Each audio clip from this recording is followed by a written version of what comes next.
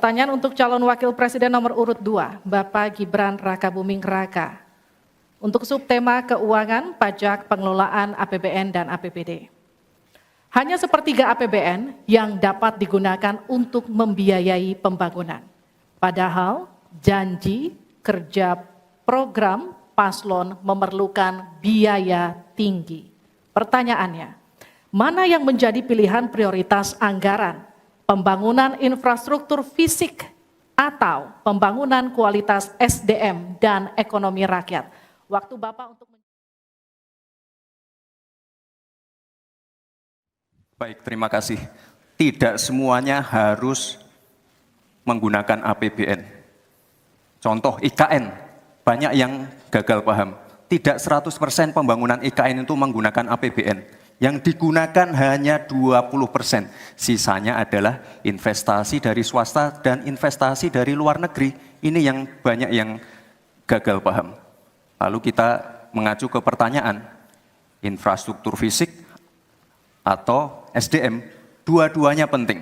Dan dua-duanya harus dijalankan secara paralel. Karena sekali lagi, untuk menuju Indonesia emas dibutuhkan generasi emas. Kita butuh future talents yang menguasai future skills.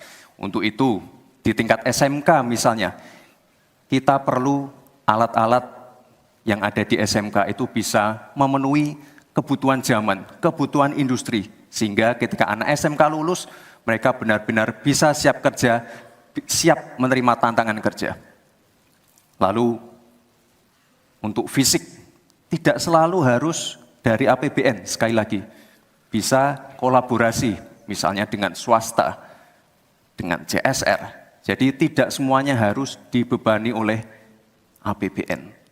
Lalu apa PR kita ke depan? PR kita ke depan harus bisa menambah penerimaan negara. Untuk itu kami dari Paslon 2 akan membentuk lembaga badan penerimaan negara yang dikomandoi langsung oleh Presiden. Sehingga nanti ketika berkoordinasi dengan kementerian-kementerian ini bisa lebih luas. Dan sekali lagi kita ingin menaikkan rasio pajak sehingga penerimaan negara nanti bisa kita gunakan untuk pendidikan, untuk kesehatan, dan lain-lain. Terima kasih. Mohon tenang, masih ada waktu. Terima kasih.